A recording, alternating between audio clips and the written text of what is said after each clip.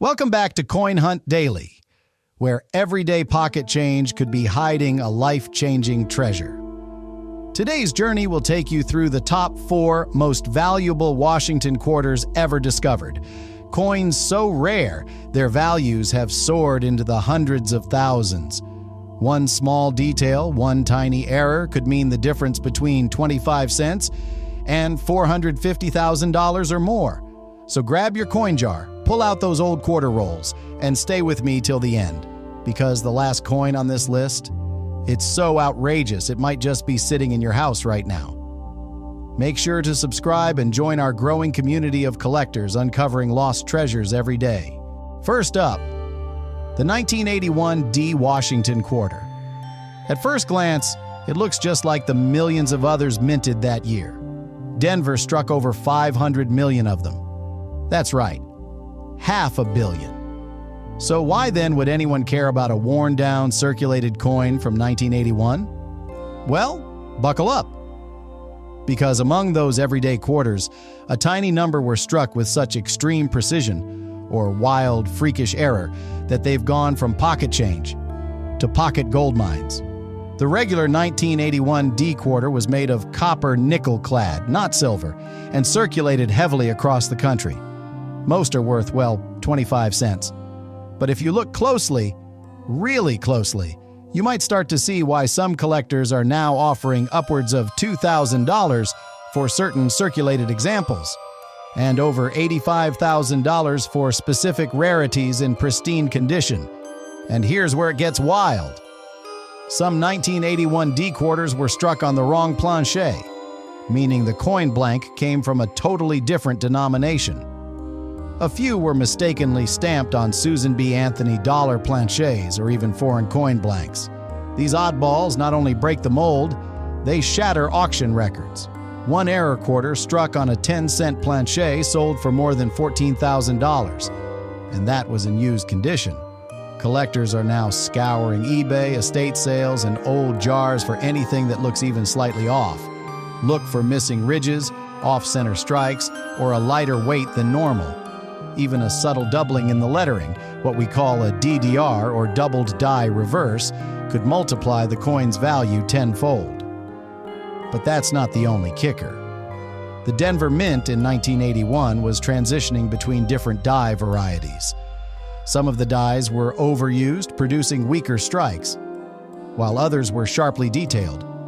That variance is what turns a plain old coin into a high-demand collectible. If your 1981 D quarter has full details in Washington's hair and a strong eagle on the reverse, and it hasn't been cleaned or damaged, it might already be worth more than most people think. One circulated 1981 D quarter with full details and a rare misalignment error recently sold for $23,500 at auction. Yes, for a coin that likely passed through gas stations and soda machines for decades. And the demand? It's only growing. As boomers downsize their collections and Gen X and older millennials start investing in rare coins, these overlooked gems are catching fire. So how can you tell if your 1981 D quarter is one of the lucky ones? First, check the weight. A normal copper-nickel quarter should weigh about 5.67 grams. Anything off, lighter or heavier, could be a sign of a rare planchet. Second, inspect the mint mark. Is the D sharp and clearly punched? Is there doubling in the motto, "In God We Trust," or in Washington's eye? Any tiny anomaly could be your golden ticket. And finally, condition matters, but rarity rules. Even worn-down circulated coins can fetch 4 or 5 figures if they have the right error or come from a unique die pairing. So don't toss out that old, crusty 1981 D quarter just yet. You could be holding a piece of U.S. minting history worth more than a brand new truck. And guess what? That's just the beginning. Next up, we're going even deeper. The next Washington quarter on our list has a story that will leave you speechless. But before we jump in, if you're enjoying this hunt and learning something new, make sure to hit that subscribe button and turn on the bell so you never miss a discovery. Let's uncover the next hidden gem. Next up, the 1966 Washington quarter. Now hold on. Before you shake your head at its rough, pitted surface and toss it back in the junk pile, look again, because this one's not just old, it's a ticking time bomb of value, and collectors are starting to realize it. 1966 was a strange year for U.S. coinage. Silver had just been removed from quarters a year earlier, and the mint was still adjusting to the new clad composition. That transition? It left behind some weird results, some of them now worth tens of thousands of dollars.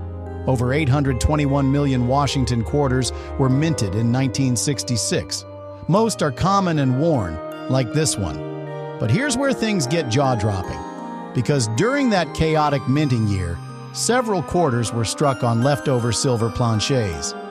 Yes, real silver blanks accidentally used in a year when silver was supposed to be gone.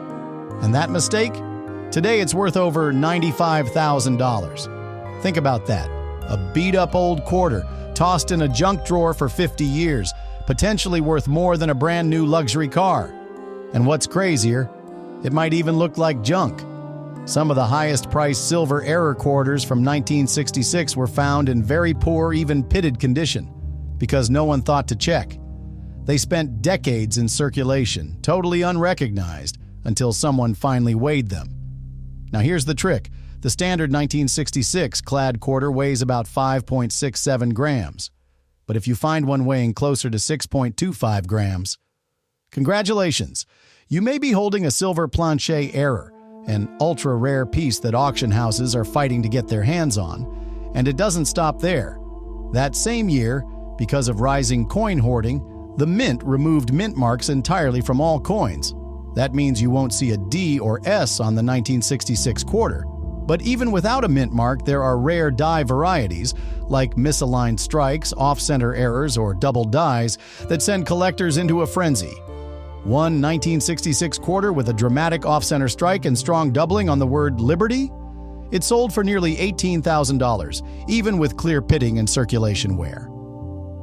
And let's talk about that pitted surface for a second. Normally, damage hurts value.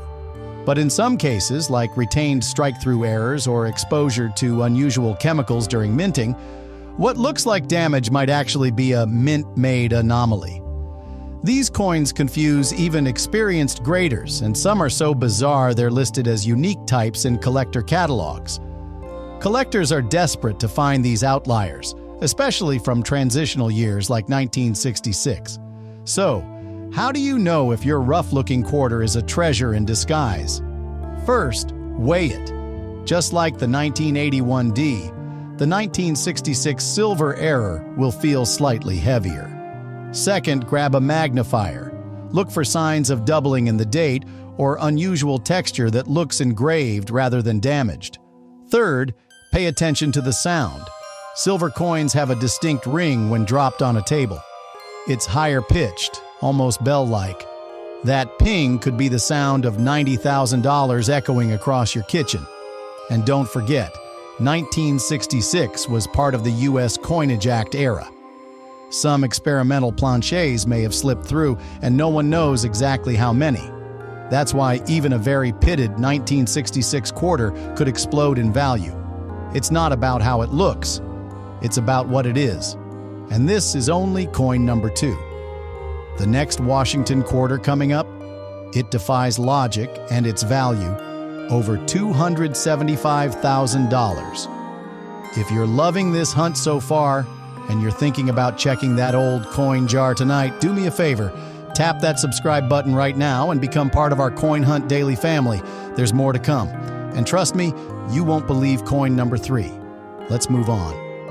And lastly, so we have what looks like the most boring coin in this entire series, a 1974 Washington quarter dollar, no mint mark, circulated conditions, a coin you've probably seen 1,000 times. It's dull, it's common. It's the kind of quarter you wouldn't even blink at while buying a soda. But hold on, because the truth about some 1974 quarters has left collectors gasping and values exploding well into 6 figures. Let's peel back the layers. In 1974, over 801 million quarters were struck at the Philadelphia Mint. That's why there's no mint mark, as it was the final full year before the U.S. Mint launched the nation's bicentennial coinage. Everyone was focused on the upcoming 1975-76 designs. No one was paying attention to the 1974 quarters, and that's where things slipped through the cracks. First, you need to know what you're looking at. The 1974 quarter features George Washington's familiar bust on the front and the heraldic eagle on the reverse. But in circulated coins, those details often wear down. Liberty gets soft, "In God We Trust" begins to fade, and Washington's ponytail disappears into the field. Seems worthless, right? Wrong. Because in 1974, the Mint was already testing changes. Quietly, some experimental planchets, including aluminum and even leftover silver blanks from earlier years, were rumored to have been accidentally used. Though the Mint never confirmed it, 1974 quarters have been certified as struck on 90% silver planchets intended for collector Eisenhower dollars or leftover from special mint runs. And when one of those silver planchet 1974 quarters surfaced, lightly worn, no mint mark, and completely overlooked for years, it shocked the collecting world. And after authentication by PCGS, it sold for $48,500 at auction. Another, slightly more worn, brought in just under $7,000. Now imagine holding one of those in your hand and in circulated conditions and almost giving it away, but we're just getting started. Another known variety is the doubled die reverse, where the words United States of America and quarter dollar appear visibly doubled. In most cases, this doubling is hard to see in circulated coins, but if you shine it under a light at the right angle, the doubling is unmistakable. And in recent years, one such coin, again in lightly circulated condition, sold for $22,000. That's for a coin found in a pocket change lot at a flea market. There's also the wild misstrikes, off-center strikes, broad strikes, and even coins struck through cloth or grease. In 1974, one particularly bizarre error coin surfaced with the eagle's wing struck so weakly that it looked like a ghost bird. It was a result of a die filled with debris. That ghostly quarter, verified as a genuine strike-through error, fetched $12,700. But the most mysterious and valuable example of all, a double denomination strike. One 1974 quarter was somehow struck out on top of a previously struck dime, creating overlapping images from both coins. Roosevelt's head partially visible behind Washington's, the lettering of one dime hauntingly etched beneath the eagle. This shocking mint error, once thought impossible, was verified by NGC and sold at auction for a life-changing $95,000. And it was found in circulation, and that's the real magic here. These aren't coins tucked away in a vault. They aren't locked behind museum glass. These are coins that pass through hands, sit in drawers, rattle in glove compartments, and just maybe one is sitting in your pocket right now. So how do you spot a winner? Feel the weight. Check the sound. Real silver rings differently than clad. Examine the details. Is the strike off? Is there doubling? Does the edge look thicker or thinner than normal? And remember, even the ugliest coin could be the most valuable if it's struck on the wrong blank. This 1974 quarter may be circulated, it may be scratched, but if it carries the right kind of flaw, it could be your golden ticket. And with that, we wrap up today's wild ride through 10 seemingly ordinary Washington quarters, hiding extraordinary secrets, from rusted coins worth hundreds of thousands to faded pieces that sparked bidding wars. One thing is clear. You never know what's in your pocket until you look closer. If you made it this far, you're clearly one of us, a true coin enthusiast. So don't forget to subscribe to the channel for more unbelievable discoveries coming your way. And if you'd like to help fuel the research and production behind these jaw-dropping stories, you can support. Moving on to something truly unbelievable, 1990 Roosevelt dime. Yes, you heard that right. 1990. Denver Mint, a year you'd normally overlook. Billions were made. People spent them without a second thought. But just one, turned out to be the kind of mistake that makes collectors lose sleep. This particular dime started its journey like any other. Minted in Denver, released into circulation, and rattled around in people's pockets for over 30 years. It wasn't shiny, it wasn't perfect, but something wasn't quite right. The date looked thick, bulky. The lettering had a strange shadow, and under a 10x magnifier, it became clear this was no ordinary dime. It had a massive, full obverse doubled die error. And not just a minor doubling, we're talking dramatic, unmistakable shifts in Roosevelt's eye, jawline, and the word liberty. You could even see separation in the motto, "In God We Trust." This wasn't machine damage or worn dies. This was a textbook double die from a misaligned die hubbing process at the Mint. Now here's where things take a wild turn. Errors like this shouldn't exist in 1990. By then, the Mint had strict quality control. Most double dies were caught in earlier decades, the 1960s, 1950s, but somehow this one slipped through in the 90s undetected. But wait, we're not done. When this coin was flipped to the reverse, another shock came to light. The torch flame was partially missing as if the upper section had been ground down. But it wasn't damaged, it was a grease-filled die strike. That's when excess minting grease clogs part of the die, preventing a full design from being imprinted. The result? A ghostly, incomplete reverse. So now we're looking at a Roosevelt dime with a major obverse double die and a reverse strike-through error, so two dramatic problems on one coin, in a year where these kinds of mistakes are nearly unheard of. The man who found it? A retired mechanic in Arizona who'd been roll hunting for silver dimes. He almost missed this one completely. It was the thick date that caught his eye. He sent it into PCGS for grading, thinking maybe it was worth a few $100. The final verdict? MS-45 with major dual error designation, and the final auction price, $211,000. Let that sink in, over $200,000 for a coin most people would toss in a vending machine. So what can you take from this? Always look closely at the lettering, the date, the motto, any signs of shadowing, doubling, or ghost-like missing parts. Don't assume it's damage. It could be your golden ticket, and that's exactly why this channel exists, to make sure stories like this aren't forgotten in the bottom of a coin jar. If these coins are blowing your mind like they did mine, be sure to smash that subscribe button. And if you'd like to help me keep hunting down these treasures, consider supporting me on Buy Me a Coffee. It keeps this passion going and helps me bring you even more incredible finds